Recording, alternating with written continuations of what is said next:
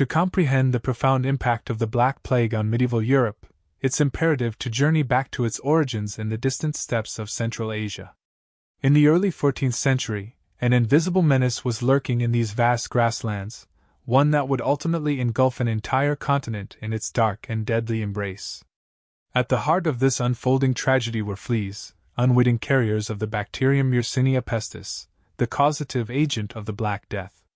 Rats, abundant in the steppes, played an unwitting role as hosts to these infected fleas.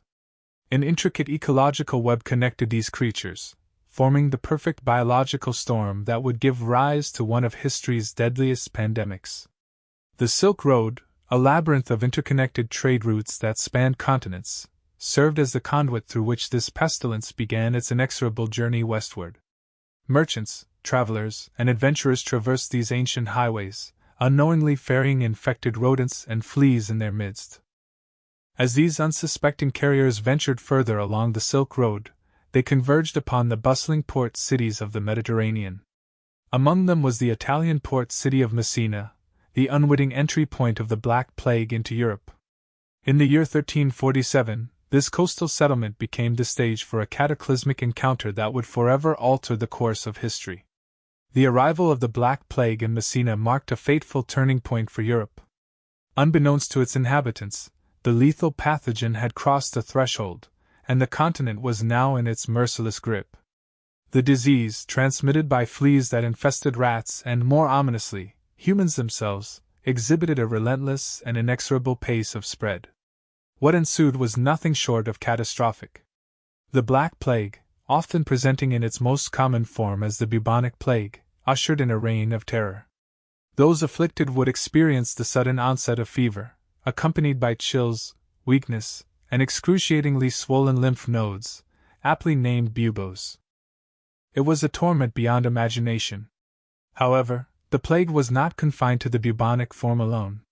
In its deadliest incarnation, the pneumonic plague, the disease targeted the respiratory system.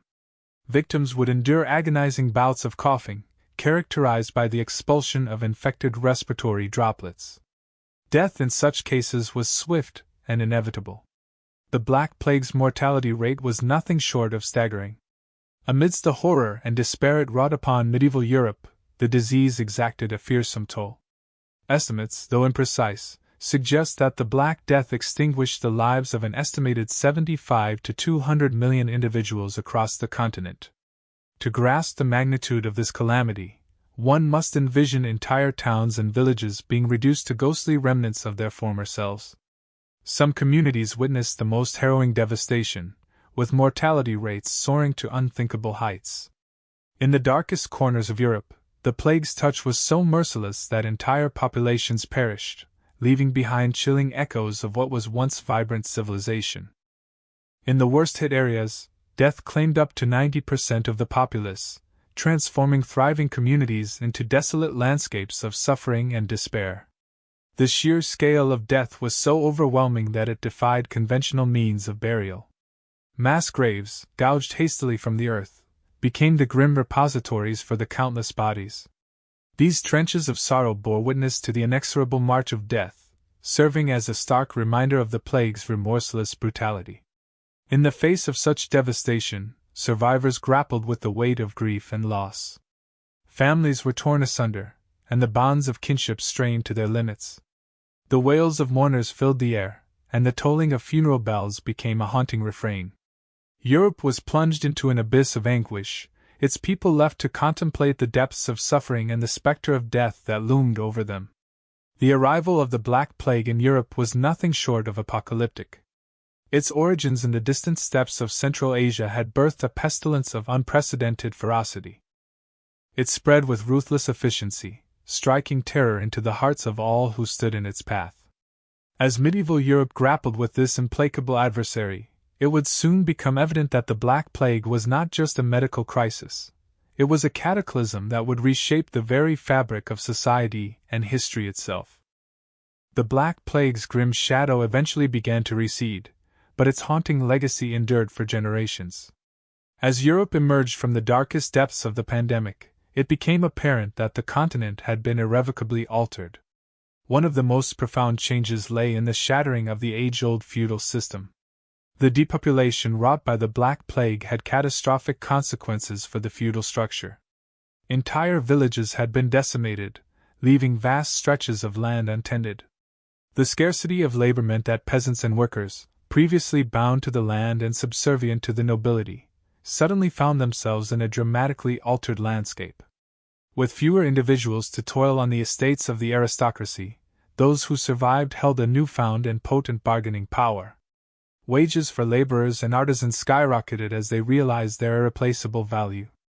The relationship between the nobility and the emerging middle class began to shift, heralding the decline of feudalism. This pivotal moment in history laid the groundwork for the eventual rise of the bourgeoisie, the middle class, and the profound societal changes that would accompany it. The Black Plague's relentless assault on Europe's population carried with it a crisis of faith and an existential reckoning for religious institutions, particularly the Catholic Church. For centuries, the Church had stood as an unwavering pillar of authority and influence, but its inability to prevent or effectively respond to the plague eroded its standing. As the pandemic raged on, the faithful turned to the Church for solace and protection, only to find that prayers and rituals offered little respite from the relentless suffering. This crisis of confidence in the Church's ability to safeguard both spiritual and physical well-being led to a profound re-evaluation of religious institutions. One of the enduring consequences of this re-evaluation was the emergence of the Protestant Reformation.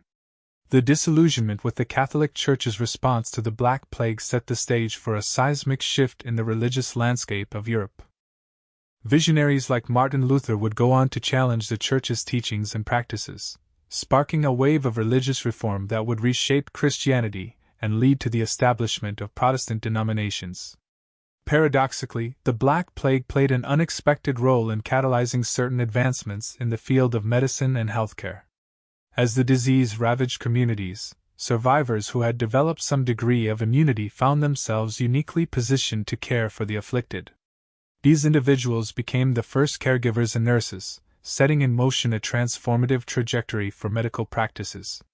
The rudimentary understanding of contagion in the medieval era began to evolve as caregivers observed patterns of transmission and recovery. While this nascent understanding was far from comprehensive, it marked a critical departure from earlier superstitions and ineffective containment measures. In the centuries that followed, this embryonic knowledge of healthcare would evolve into the foundations of modern nursing and medical practices. The experiences of the Black Plague served as a crucible for the development of medical expertise and caregiving, ultimately benefiting generations to come. The Black Plague stands as a somber and catastrophic chapter in the annals of medieval Europe. Its arrival brought death and suffering on an unprecedented scale, leaving in its wake a continent forever transformed. Yet, even amidst the darkness and despair, glimmers of progress and resilience emerged.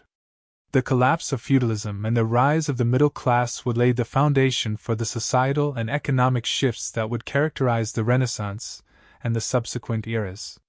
The Protestant Reformation, born from a crisis of faith, would reshape the religious landscape of Europe and alter the course of Christianity.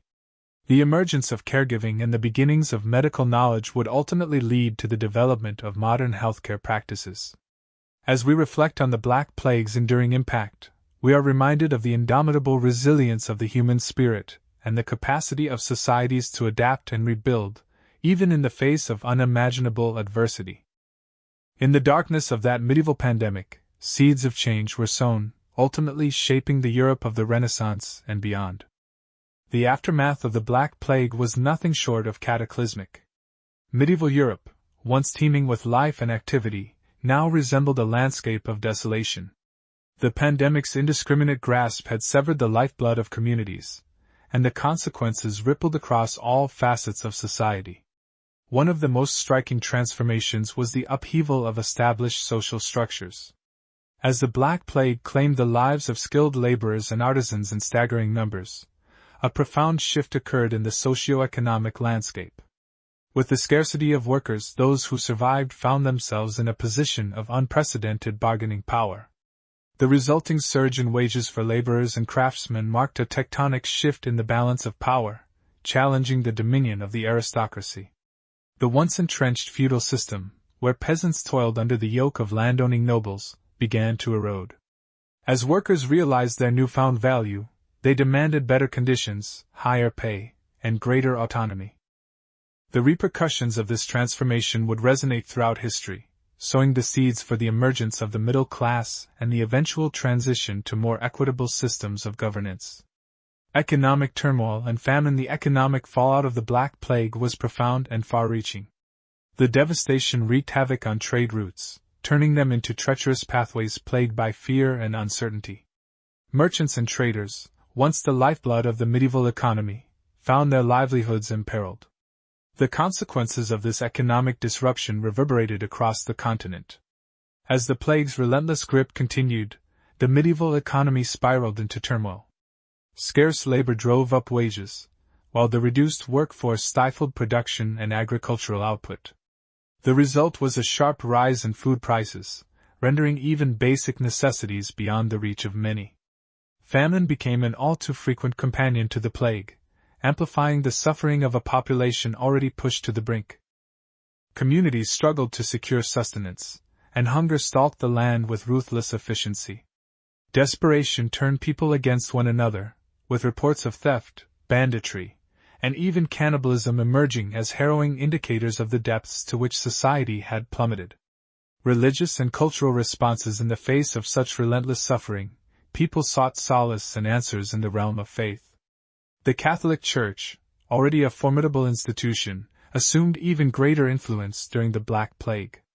As the disease's horrors unfolded, religious fervor reached fervent heights. Individuals, their hearts heavy with dread, turned to the Church for salvation and divine protection from the relentless pandemic. One striking manifestation of this heightened religiosity was the emergence of the flagellants. These fervent religious zealots believed that self-inflicted punishment could atone for sins and halt the plague's rampage.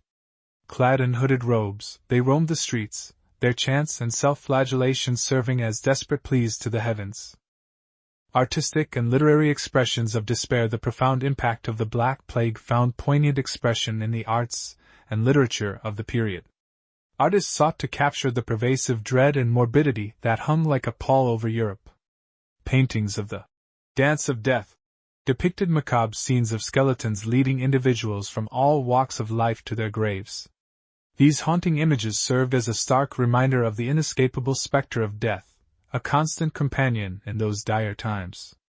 In the realm of literature, Giovanni Boccaccio's The Decameron offered a vivid portrayal of the chaos and despair that gripped Europe. Set against the backdrop of the Black Plague, the work chronicled the stories of 10 young people who sought refuge from the pandemic's horrors by retreating to a secluded villa. Through a collection of tales, Boccaccio painted a vivid picture of a society in turmoil, grappling with the profound uncertainty of life and death. Desperate attempts at containment in the face of the Black Plague's relentless onslaught, medieval Europe resorted to desperate measures to contain the disease. However, the understanding of contagion and disease transmission in that era was rudimentary at best. Efforts to isolate infected individuals, the use of rudimentary protective clothing, and even the quarantining of entire ships arriving from plague-stricken areas were among the measures taken. Unfortunately, these attempts proved largely ineffective in curbing the pandemic's relentless rampage. Superstitions and scapegoats. As fear and desperation escalated, medieval Europe descended into a maelstrom of superstitions and scapegoating. The pervasive paranoia found a target in the Jewish communities, which were already marginalized and vulnerable. Blame for the plague's devastation was laid at their doorstep, and a wave of persecution and violence against Jews swept across Europe. These horrific events, known as pogroms, revealed the depths of paranoia and irrationality that gripped the continent. In their desperate search for someone to hold accountable, communities turned against their own neighbors, unleashing a wave of violence and hatred that compounded the suffering already wrought by the Black Plague. The Black Plague had plunged medieval Europe into a harrowing abyss of economic upheaval, famine, religious fervor, and irrationality. As societies grappled with the relentless pandemic, they faced challenges that would test the very foundations of their civilization. Amidst the darkness, some glimmers of resilience and transformation would begin to emerge, hinting at the potential for recovery and renewal.